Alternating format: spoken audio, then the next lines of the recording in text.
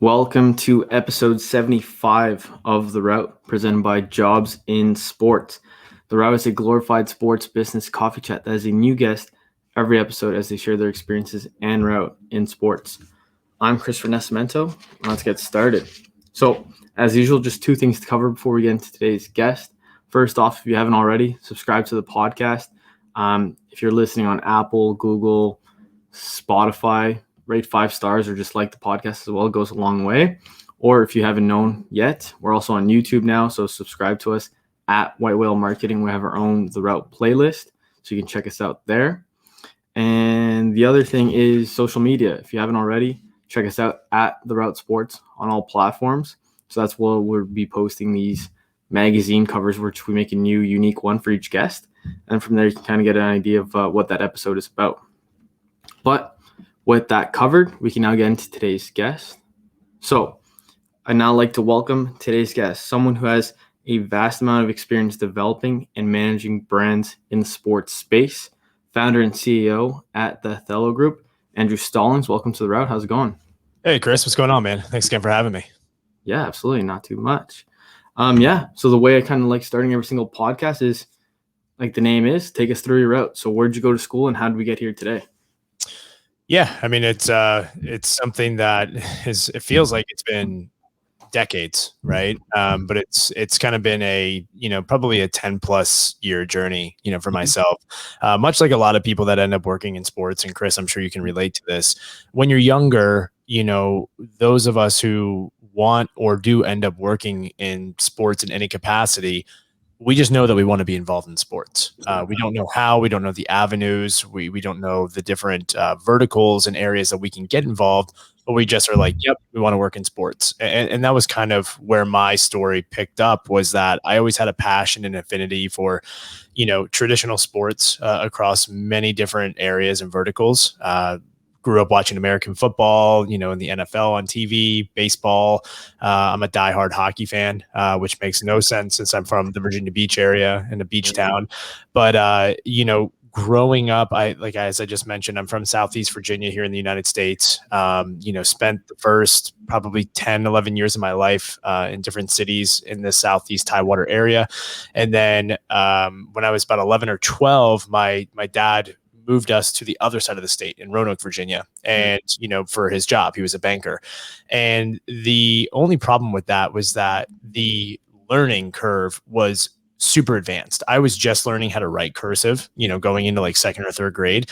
These kids over in Roanoke, of the public school system I joined, were like writing paragraphs and, doing long form math. And I was so behind, based on my school system. So already, socially there was a learning curve, and then academically as well. My dad, in order for me to cope with that, the one thing that we did was we got season tickets to a minor league hockey team in Roanoke with the East Coast Hockey League, Roanoke Express.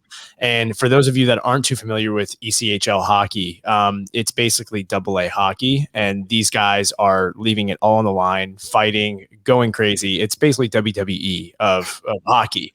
And I went, and it was just the best bonding experience for my dad and I for that year and a half that we were there in Roanoke.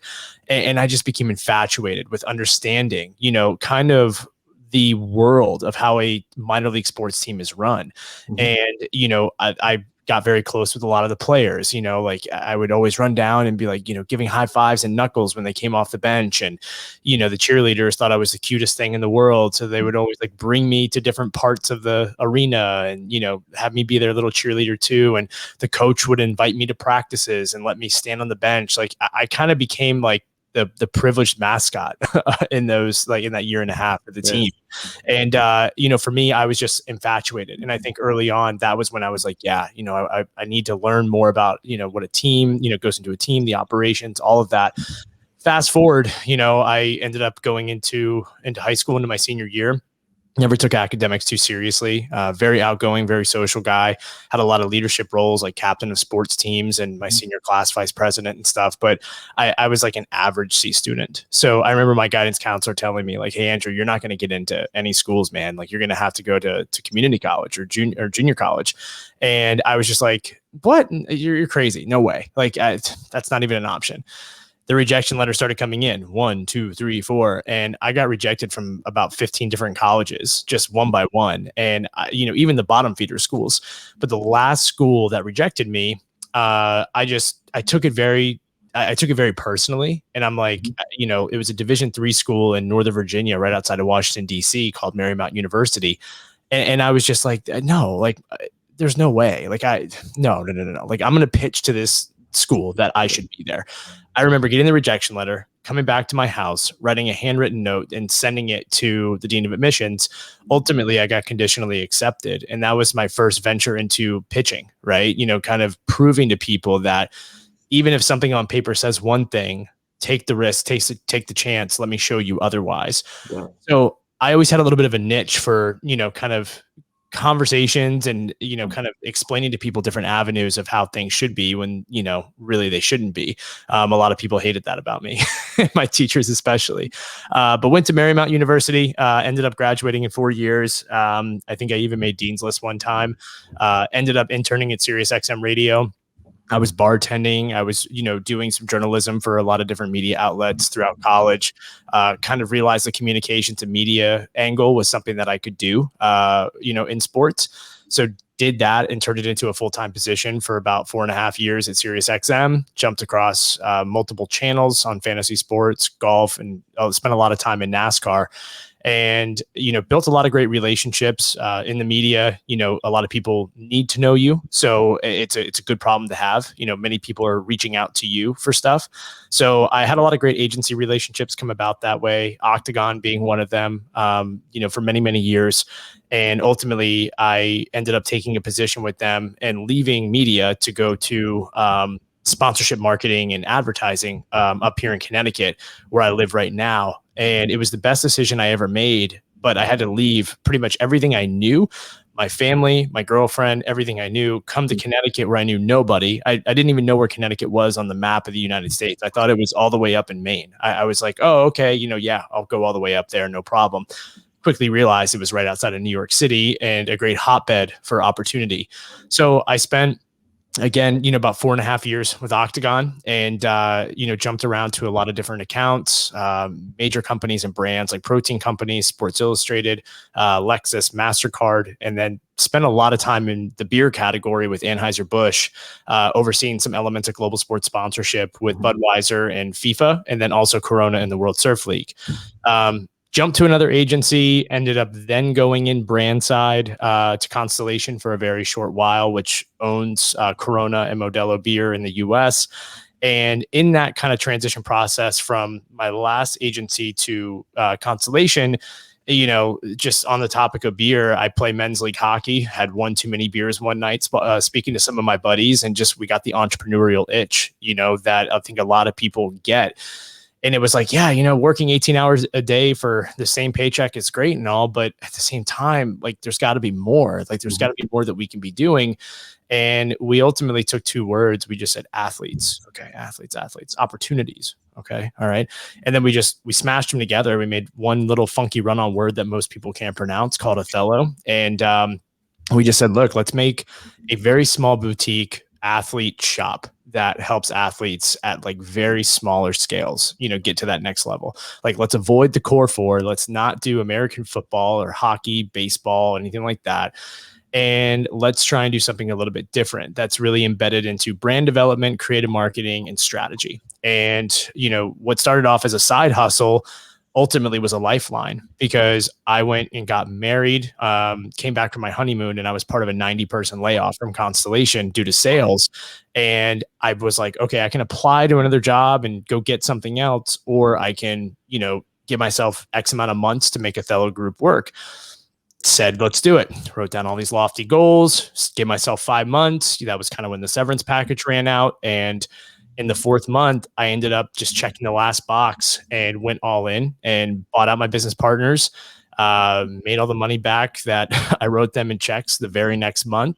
And since then, it has just been a trajectory of highs and lows, as many business owners and people in sports can relate to. But it is something I wouldn't trade for any day in my life.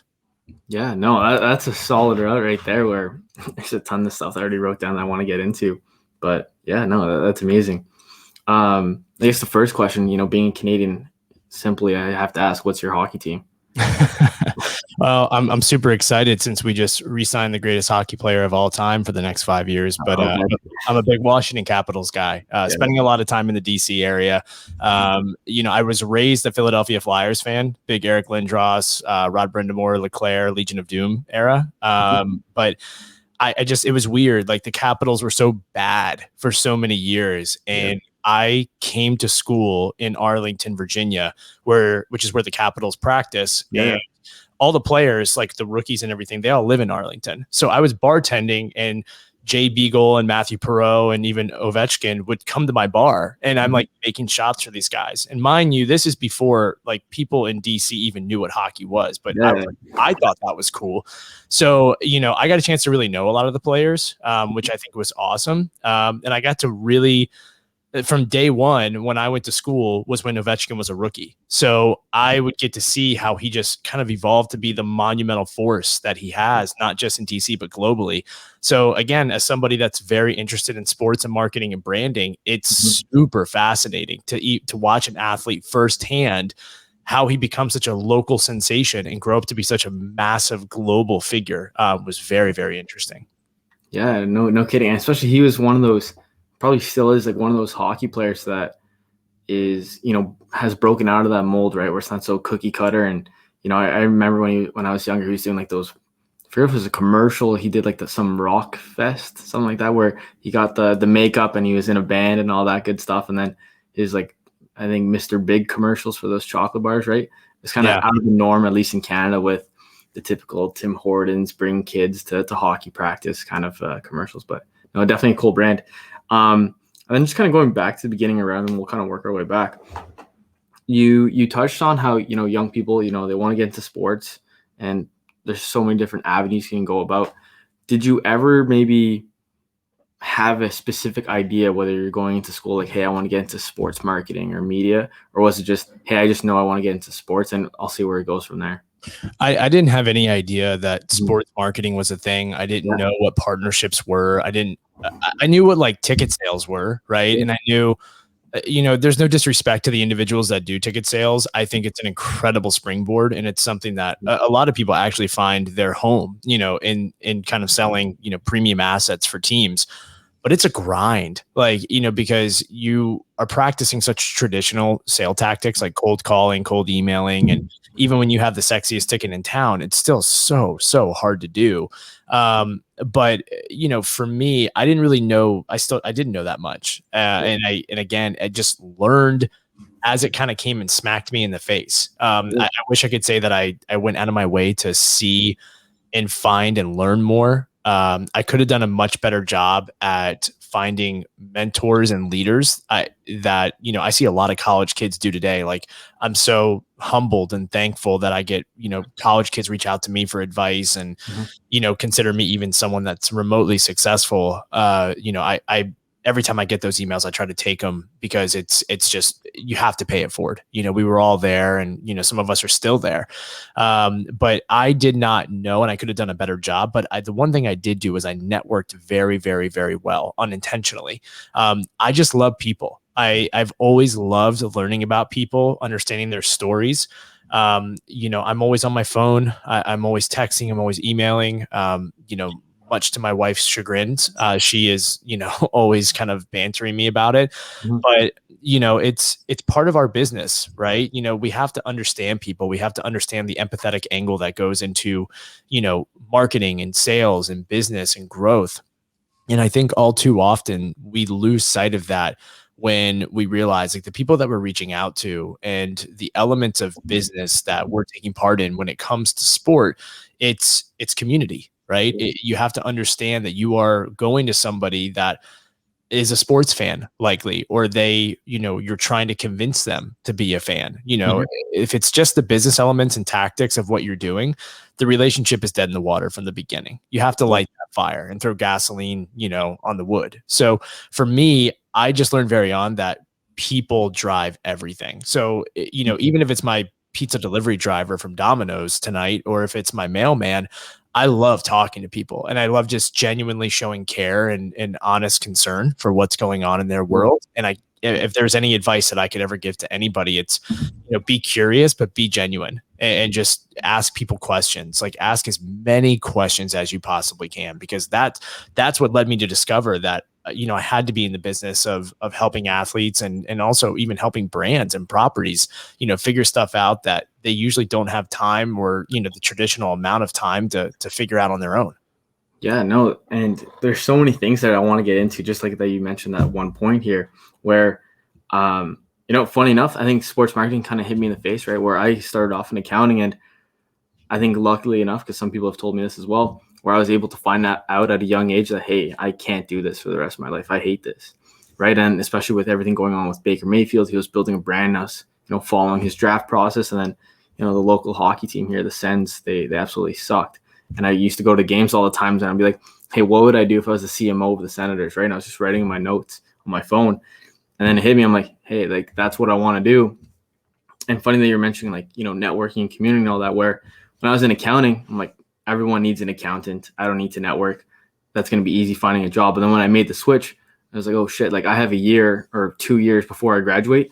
I have no marketing experience. I don't know anyone in sports, and I have no network, like, at all. So I kind of just dove into it. And that's funny enough, it leads into one of the questions I was going to ask when you touched on college students. What kind of things do you recommend to them when you chat, right? Because obviously, if I could go back in time, I would change so many different things, or maybe do things a little differently. But then again, got me here, right? So what do you say to them when you speak to them?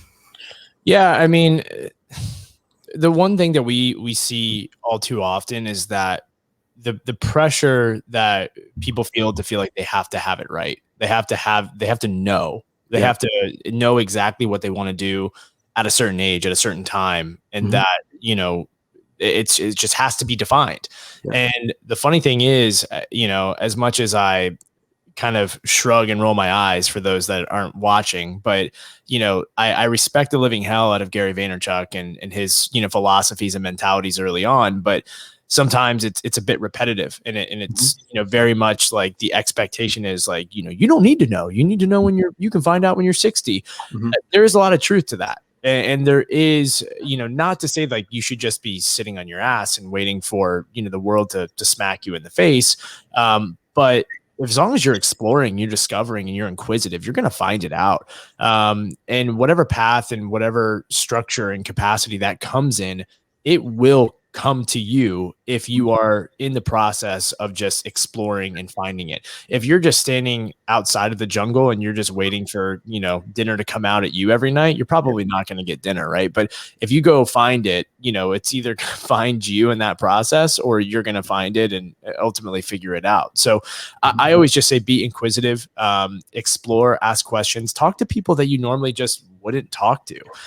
So many people think like, oh, I don't want to talk to the financial team at a sports team. Like, why would I do that? They're boring, but it's actually super fascinating. Like, when you can understand the different elements and details of what go into sports teams, game day operations, marketing, taxes, legal, I myself, I am learning every single day, and I love it, but it can be very, very, very overwhelming, because, no two teams operate the same. No two leagues operate the same. No two athletes operate the same. So be inquisitive, be open-minded, and just come to the table with questions. Like, don't necessarily come and have your sheet of questions ready to go. Some of the best discoveries come from just authentic, organic exchanges. It's why the Joe Rogan podcast is so successful, right? Because he probably has show prep, he probably has his producer, Jamie, putting stuff together. But if you think for 5 seconds that Joe Rogan's just reading off of a script and, doesn't follow up with just very inquisitive questions, you're off your rocker. Yeah, no, I completely agree with all that, where I kind of just started doing a personal branding project in school, and I branded myself as a sports marketer, and one thing led to another, and eventually you kind of just transition from like, oh, hey, like this is like personal branding and player development's an area that I want to get into. And it's funny that you mentioned like not coming to like even let's say a coffee chat with all these scheduled questions, because I used to do that when I was like at the beginning of meeting people, right? But then you end up getting quick-witted answers, or even just kind of just short, no real insight in them.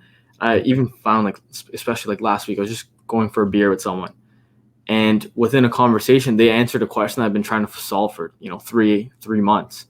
And it's just something that they said in passing, right? Where sometimes the most intriguing like insights or information just comes from a conversation just being genuine, like you're talking about. So that's pretty interesting that you mentioned that.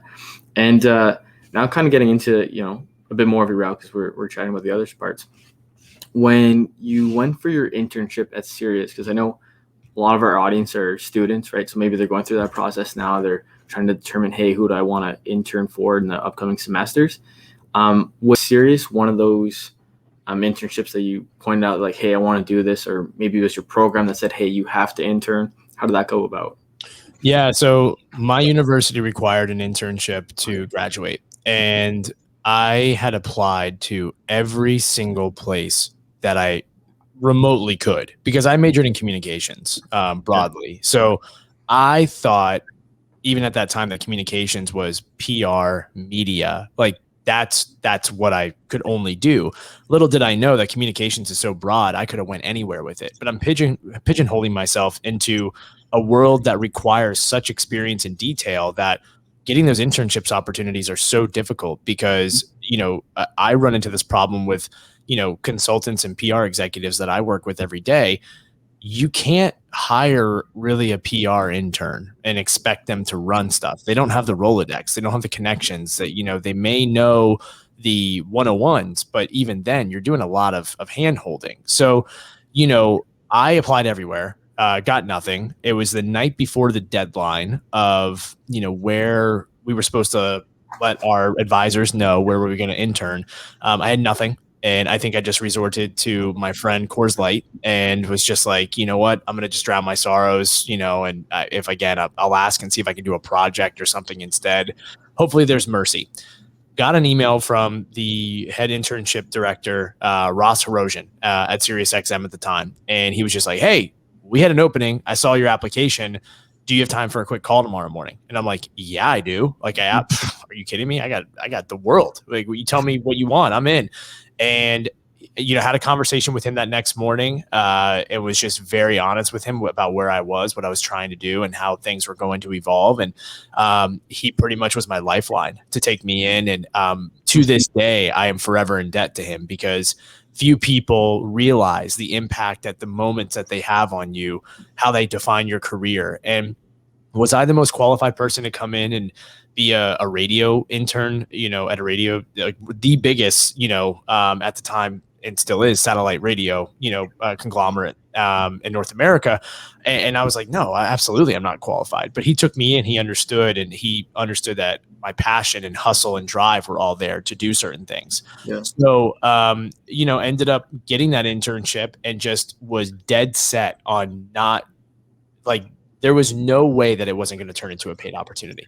It was impossible. So, I could not get a full-time opportunity, but I got a part-time opportunity. And I would work nights and come in at like 6:00, and I would run the board for games. So for like the NHL Network and MLB, channel and NBA channel, I would be locked in a tiny 10x10, not even, like a 5x5 closet that was soundproof. And I would be, once it went to commercial break, I would have to press the button to trigger the commercials and bring the levels down. And a lot of people don't realize, like, they think just, when they listen to a radio broadcast of a game, it's, everything's done. It's a big extravagant thing. What happens in stadium versus what's happening back in a little studio, probably in the middle of nowhere, is night and day. And that's kind of where I was. I was just like pressing buttons, and it was so difficult because it was the most boring, mundane job, and you'd fall asleep. Like, you'd be falling asleep. Like, they would have a TV in there for you and everything, but those broadcasters would throw so quickly to break. They'd be like, all right, and now a break from our local our local partners. And you're just like, and you have to hit it right on time, because if you don't, like, every second of airtime counts as advertising dollars. So again, time is money in radio. And I learned that very quickly, turned it into part-time work, ultimately got, begged, borrowed, and dealed my way into full-time, and became a producer, like an associate producer, and then a full-time producer, just working on a multitude of different channels. So, ultimately I got lucky. Like, there's no other way to put it. I don't shape it up to be this miraculous Hallmark story. I'm sure that my university would have let me graduate some way, somehow, but I got very, very lucky. And to this day, I count my blessings for that opportunity because it's what springboarded my career into sports. Yeah, no, that's pretty interesting because like you're mentioning, you always think of the big production, all that's different stuff, and then like you're saying, you're essentially an intern just clicking a button, making sure everything's going on time. So that's pretty interesting. And funny enough, you were talking about what is it? A PR intern. Last year, I was working. I wasn't an intern, but I was working in marketing at Atletico, and I was in a meeting, working with the athletes on their brand, and then the communications. I think VP of the league. She's in the meeting telling them, hey, how to improve your brand, social media, etc. And she gets to a point and she's like, talk to your PR person. And then she just looks around the meeting and then she's like, Chris. And then she's like, hey, Chris is now the PR guy for the club as well. So then I was like, what? So then I just kind of dove into the role. And then it's funny that you're mentioning like the Rolodex. Like I had to make a whole Rolodex for this brand new franchise that, I was asking the league. I'm like, oh, hey, so who are the people that I'm reaching out to? And they're like, I don't know. They're like, figure it out. So then I basically just like made like all these different processes and stuff. But when you mentioned that, just went back to last summer. That is funny to me. But yeah, just kind of building off what you're saying here, saying how it's pretty mundane, it's kind of boring, but it essentially springboarded your sports career. Do you find maybe there's like intangibles, I'd say, where you just wanted to prove people wrong because maybe, hey, like you got turned down by so many universities, or you didn't get the internships right away, and then that's what drove you? Or was it just, just some other things where, hey, right place, right time? It's a difficult one to answer because I played sports my whole life, but I certainly wasn't the most competitive. Mm-hmm. I actually get very nervous in competition. Even today, like I played men's league hockey, and it's so funny. Like I'm playing in Division IV hockey with guys that like, they're, some are good, some are great. It's certainly not the Benders, but some of the guys are good enough. And like, for example, like we have playoffs, right? And, like, again, it's a trophy, right? For a rec league, but you can't help but feel the pressure in those moments. And it's just so funny that even today, like I've played hockey for, 20 years at this point, and I love it, and I think I'm good enough, but in moments of pressure, I still get nerves. And it's when it comes to business, though, for some reason, like I don't know, like I get so everything shuts off. Like, for some reason, when it comes to business and numbers and a situation where it's like a gun's at your head versus like a recreational thing, something, I guess, separating the two, something that you want. Right? Like I want a men's league championship versus something that you need to do. Like ultimately there will be massive consequences if you don't. Mm-hmm. It's kind of how my mind separates things. So I want to have a six pack and I want to work out every day and look like Ryan Reynolds, but am I probably going to do that after I've been working and talking and doing things for 12 hours a day? No, probably not. I'm probably going to order a pizza tonight and just, lay on the couch and, watch Netflix. But if I'm told, hey, Stallings, you have this autoimmune disorder or you have this disease, like you need to change your diet. Otherwise, you could lose your life, or your family, is going to lose their father, or they're going to lose their, husband or whatever. That is what motivates me, is when it's like there are massive consequences. And I think that's the way that I look at business and the partnerships with my athletes, is that, if failure's fine, but separating failure and making it dire and life and death is truly the way that I've kind of motivated myself over the years. Because losing your job, to me, for so many years was life and death. And in the grand scheme of it, I'm glad I took it so seriously, because some people don't. Right? Some people are like, oh, I lose my job, I go on unemployment, move back with my parents, like my significant other will support me. Like they just look for every single outlet to say everything will be okay. And in theory, they're right? You can simplify life a lot. You can, like, a lot of us take life super seriously, but you can simplify it and skate by and still be a good human and be A-okay. The problem is with that is that, do you want to be a number or do you want to be a difference maker? And I just can't ever get over the fact to be a number. I can't do that. I don't want people, when they hear my name, to say, who's Andrew Stallings? Who's that guy? Even though I had maybe a 5-hour conversation with them the week prior. I want to be memorable. I don't want to be famous. I don't want to beat Wasserman. I don't want to beat Octagon. I don't want to be this, massive 40 for 40, 40 under 40 person. I really don't care. As long as I am bringing value to my clients and I'm making a difference with them, whether that is monetarily, whether that is marketing, whether that's through philanthropy, as long as I'm making monumental shifts in what we are doing and we are making progress that defines things to be very much differently and out of the traditional way of doing it, I'm successful. And that just takes a lot of strategy and time. So it's looking to be something that's just, a different way of thinking. And that's just always how I've been. I only get driven by these dire situations, and I'm loosening up a little bit now, but to me, I've just always channeled my brain to kind of separate what do I want versus what do I need. Yeah, no, that's an interesting way to kind of look at it, right? Where it's almost like a fight or flight mentality, I guess, right? Where, hey, I can either just go get another job, or hey, like I actually need to do this and put food on my table. So that's pretty interesting nonetheless. And there's some questions I had about that, but I'll leave that for after.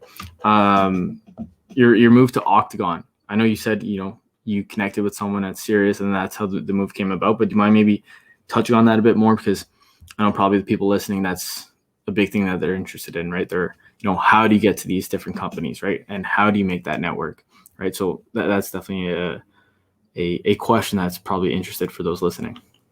Yeah, so a lot of people look at the big agencies like CAA, Excel, Octagon, Wasserman. And I mean, look, they've done something right to obviously get to where they are. They're household names in our world. And I never, ever, like if somebody finds a podcast or a quote or a media interview where I have said otherwise, please bring it to my attention. I have never once poo-pooed or shamed people at Octagon or my time there.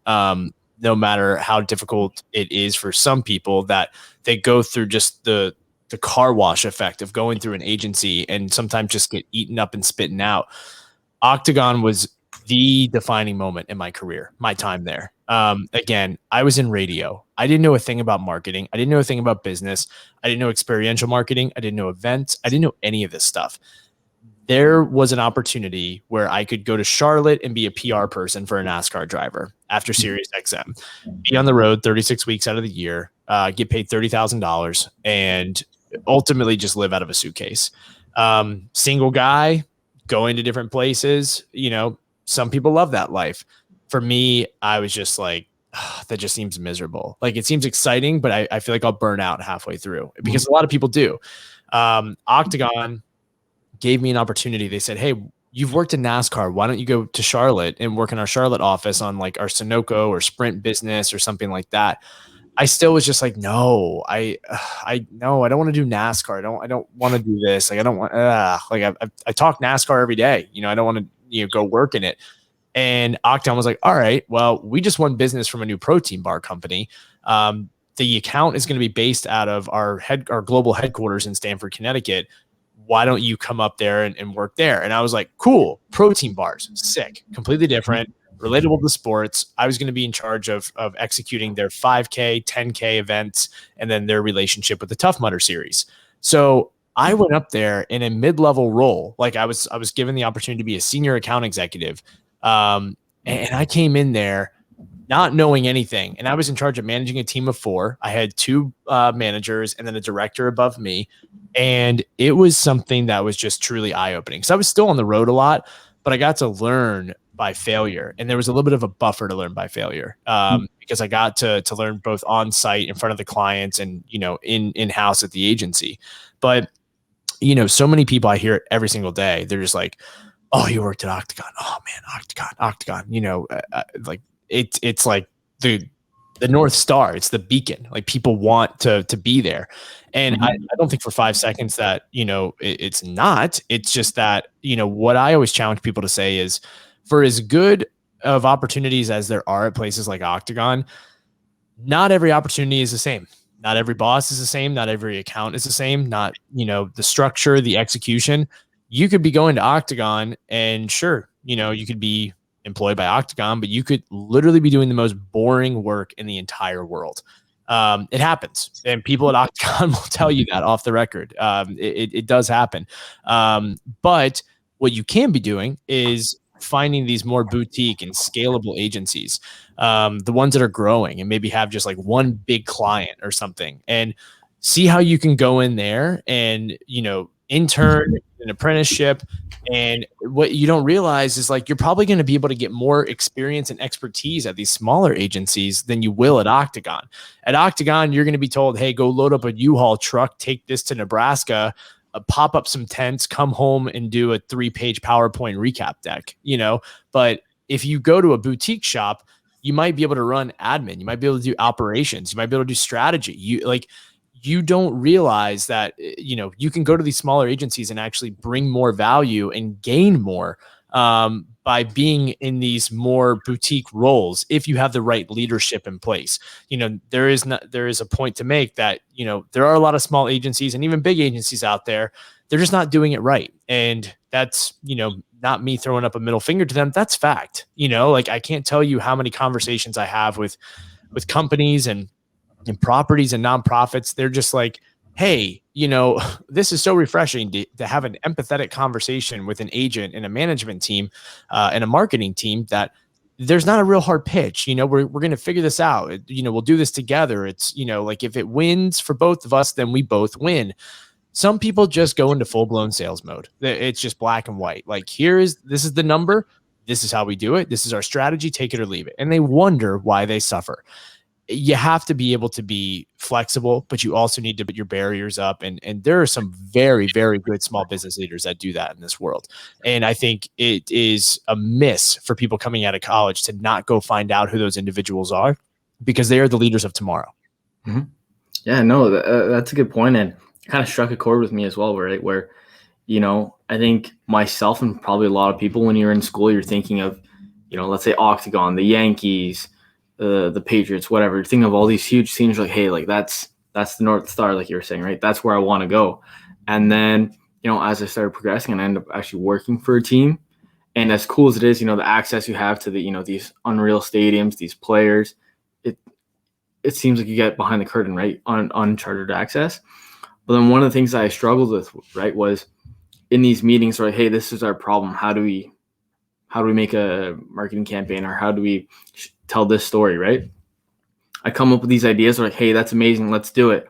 And then eventually, after weeks, let's say a meeting, then talking to the league, and then eventually gets to the point where that's not my idea anymore. It's just some gray, boring video, and we're putting that out now, right? Where obviously we were able to do some cool stuff, but it wasn't allowing me to do all these different creative ideas or even just learning from it. And kind of going back to what you were saying earlier, I noticed when I was exploring with my podcast, with my website, with the esports tournament I had when I came out of school, that's where I learned the most, right? Where I was just acting on it and learning from it rather than actually just sitting at a team and just, dotting the I's and crossing the T's, right? So I completely agree with that.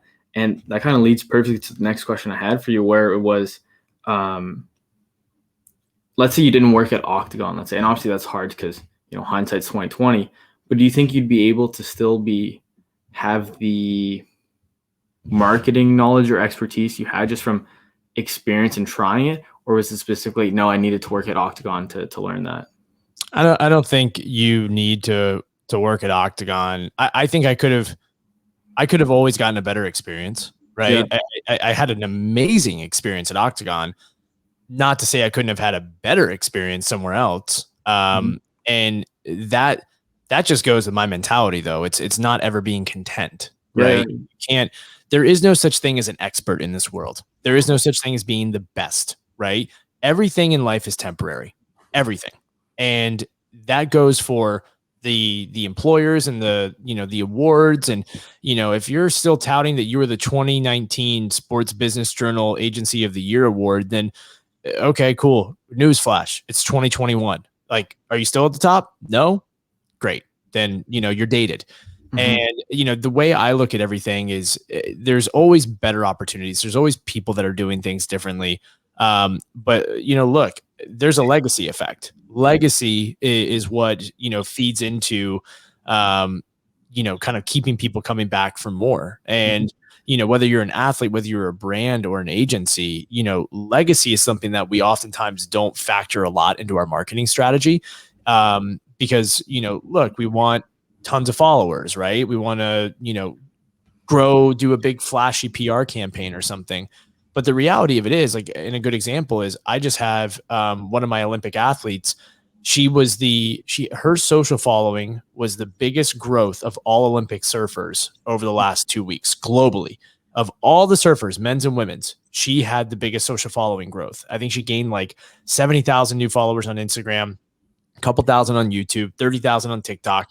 And she finished 7th in the entire Olympics. She didn't even get a medal. And, but it was insane because there was just a relatability to her approach and the way that she went about it. And what I told her when I spoke to her briefly thereafter, I just said, what is, like, you have these followers, but who's to say that a lot of them won't leave, right? After a few weeks, right? Like, the time is now. You got to still make sure that you are keeping people entertained and looping them in. So what is your legacy going to be? Like, are you just going to be the girl that, oh, that was cool, 15 minutes of fame, and your 132,000 followers will drop down to 100, in the next few weeks because the Olympics sizzles out? Or, like, how do you keep them in? How do you keep them drawn in? And that really resonated with her. And it's the same way that, we should all be thinking about things, whether, we're marketers, whether we're athletes, business leaders, or even looking at the places we want to work.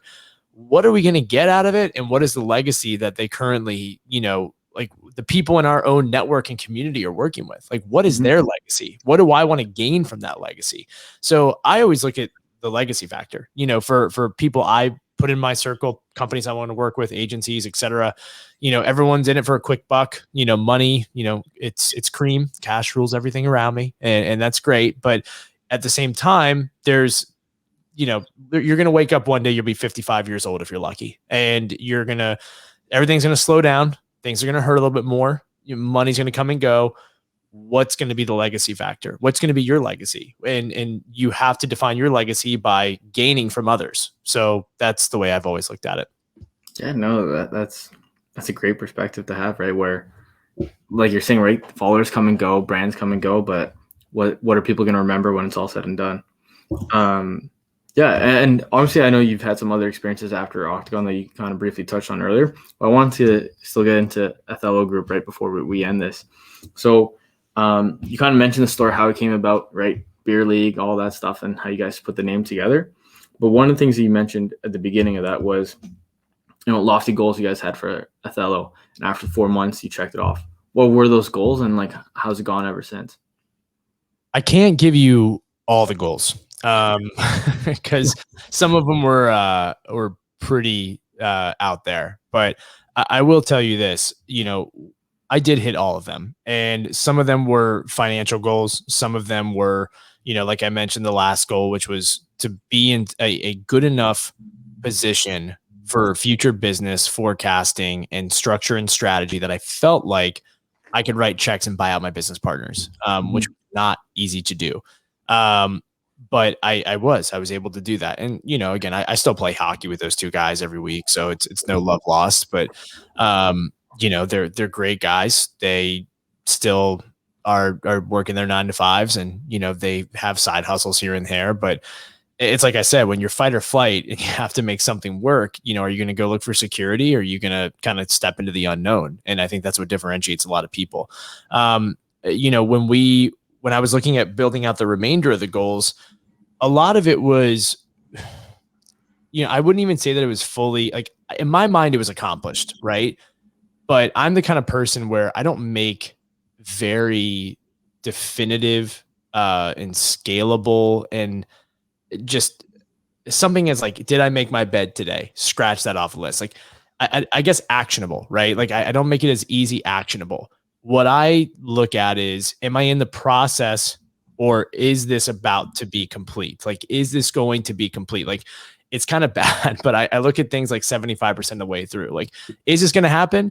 And even if it doesn't happen, am I still going to find another way to make it happen? Yeah. So basically, in my mind, it's there. It's done. It's going to happen, because I'm always thinking 10 steps ahead, but I'm living in the here and now. And if I'm waiting for this thing to happen that's probably not going to finish up for another month or so, but it's going to prevent me from being able to think further, I'm just screwed. Like I can't do that. So I have to, position myself for the mindset and mentality. Like, is it going to be good enough?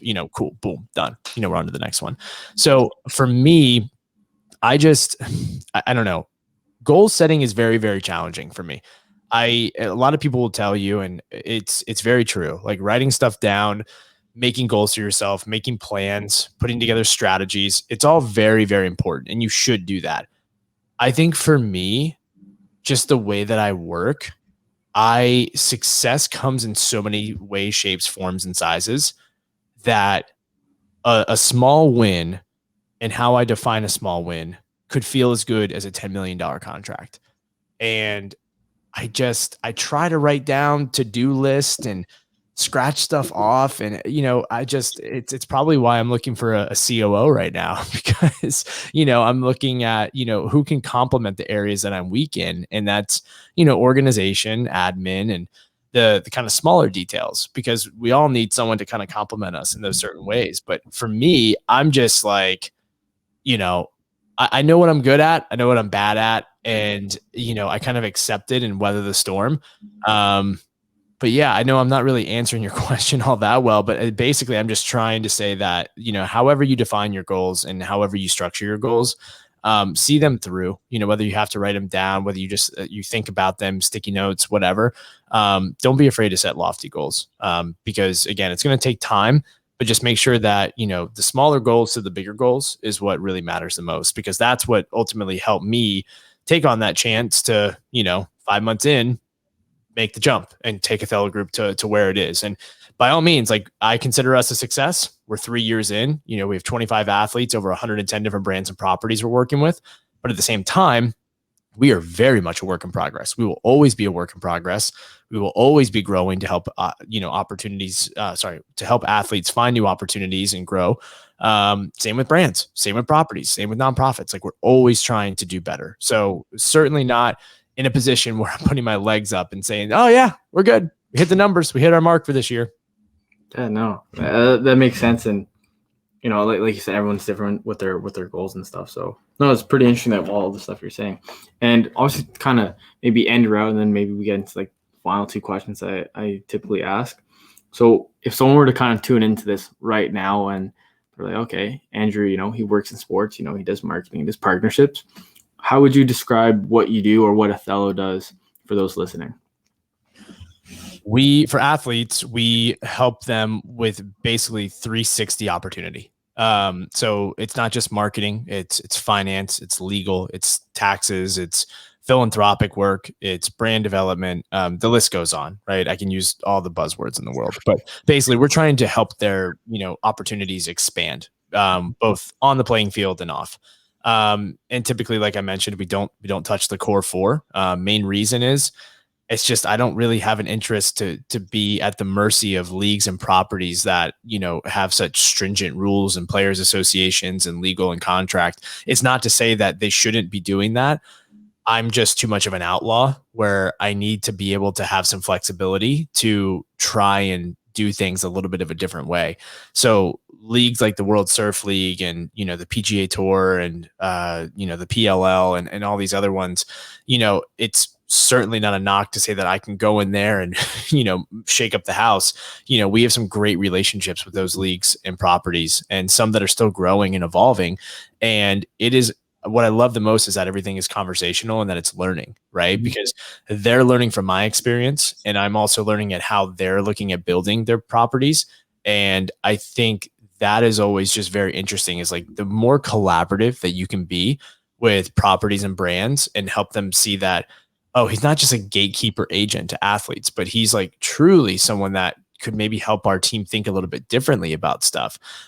That's what matters, right? And I think that's what gets me so excited, is that, there are genuine and authentic relationships that come from these business transactions. And the minute that it becomes not like that and more transactional, I'm out. I'm done. So for us, it's opportunities. And then, I mean, it's really opportunities for both sides. I think it's the best way to define it. We're just kind of trying to be something a little bit different and define new opportunities.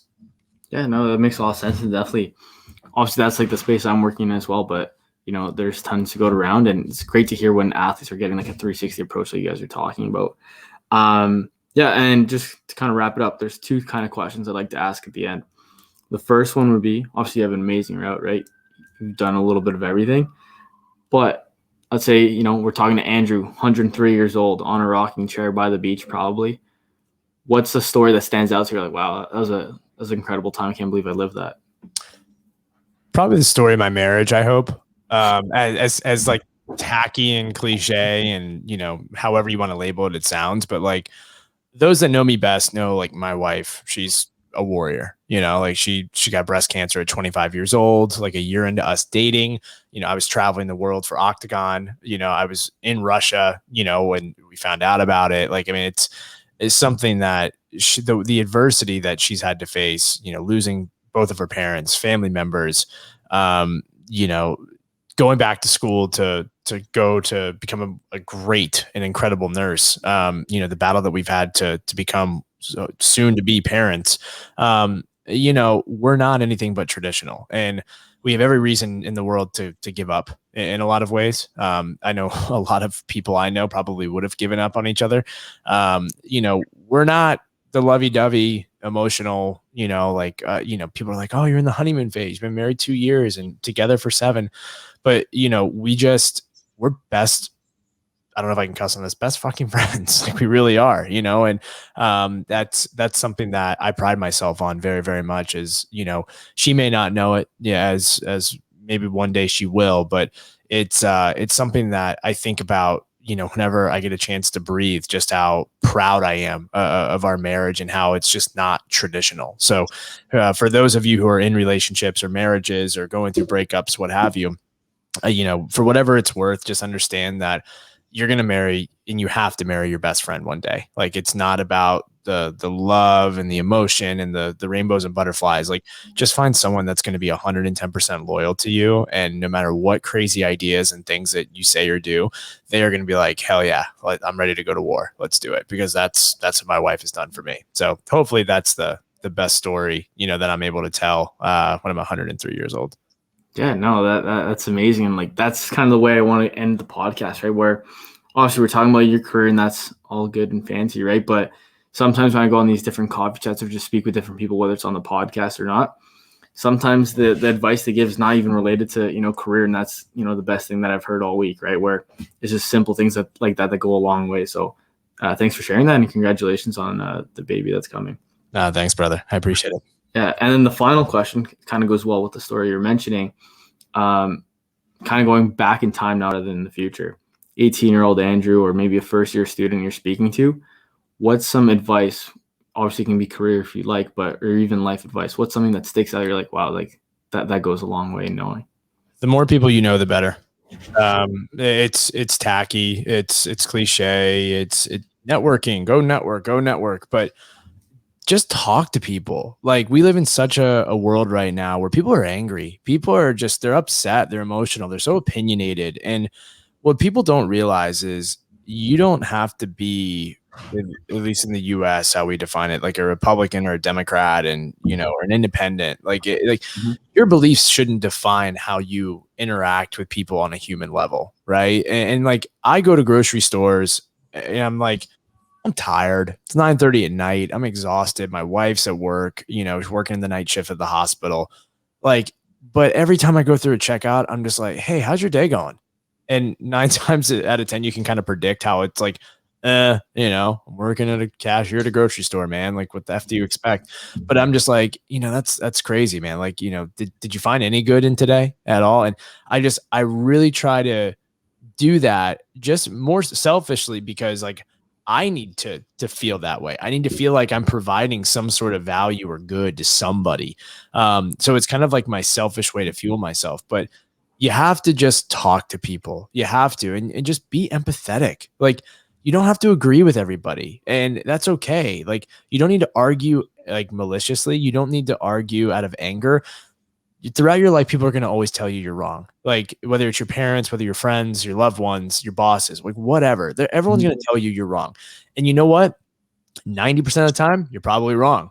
But it doesn't mean that you should be closed-minded enough to accept that. And by accepting, I don't mean like accept, mope, and conform. And I don't mean not accept, fight, go crazy, and be malicious, but think why, right? Think about like why someone thinks that you can't do that. Like think about their opinion. Don't think about your own. Think about their opinion and how they view things, right? Like, why do they think that way? Why does that person think that way?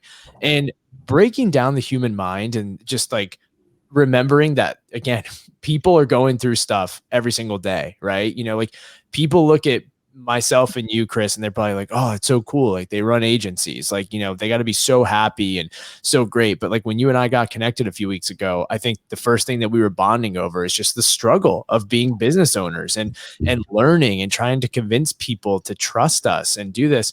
It's not rainbows and butterflies. It's not, and it's not ever going to be that way.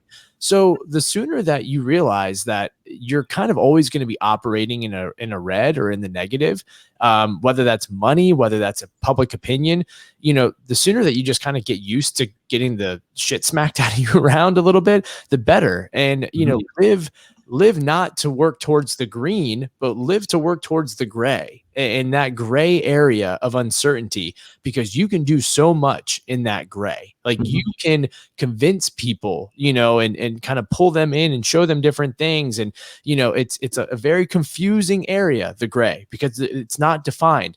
But I gave a speech about this at a high school graduation a few years ago. The number one thing I tell people every day is like, live in the gray. Like, don't live in the happiness of green and the rainbows. Don't live in the rock bottoms of red. Live in the gray. It's so much nicer here. It really is nice to kind of have the uncertainty, of what's coming in, what's going out, and the conversations you're going to have.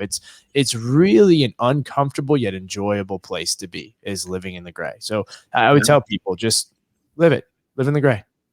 No, I completely agree with that. And just the point that you're making about, one of the things, it sounds weird to say, but I hate when people almost like congratulate. Oh, that's amazing that, you're doing an agency, right? They think it's like you're saying, they think it's all rainbows, right?